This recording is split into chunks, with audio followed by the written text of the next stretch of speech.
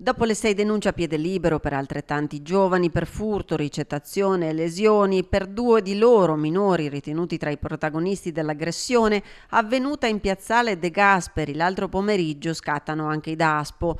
Per un anno avranno il divieto di accesso a tutti gli esercizi pubblici del centro storico, Viale Roma, Viale Milano, Viale Venezia, Corso Santi Felice Fortunato. Provvedimento emesso dal questore a seguito dell'episodio di violenza in cui un corriere è stato soccorso, trovato a terra dal personale della polizia locale, che immediatamente si è messo sulle tracce dei responsabili, anche grazie alle testimonianze dei presenti, individuando i 2 in corso Fogazzaro. Secondo le ricostruzioni, uno dei 2 avrebbe subito dichiarato di essere stato presente all'aggressione e avrebbe consegnato carta d'identità e bancomat dell'uomo. Successivamente i 2 giovani avrebbero anche consegnato altri oggetti rubati da altre attività commerciali.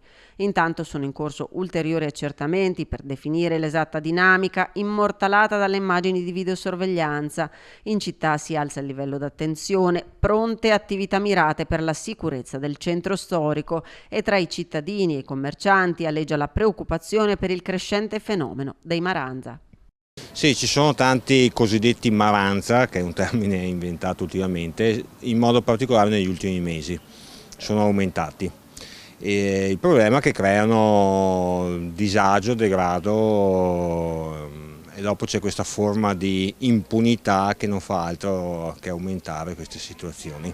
In modo particolare è successo qualche caso nel supermercato qui di fianco a noi, che sono verificati degli assembramenti con diciamo che sono andati anche un po' a infastidire i clienti, gente che entra ed esce al supermercato. Siamo arrivati ad avere anche paura a lasciare i nostri figli, perché ha figli che vanno alle medie superiori, a lasciarli da soli, proprio con il rischio che le band, anche minorenni, arrivino a fare aggressioni del genere. Hanno bisogno comunque sia di essere seguiti questi ragazzi, perché oramai sta diventando all'ordine del giorno tutti questi fattori qua e non va bene. Ci vuole un po' di più di polizia, di quartieri, come una volta c'era meno onestamente la polizia di quartiere.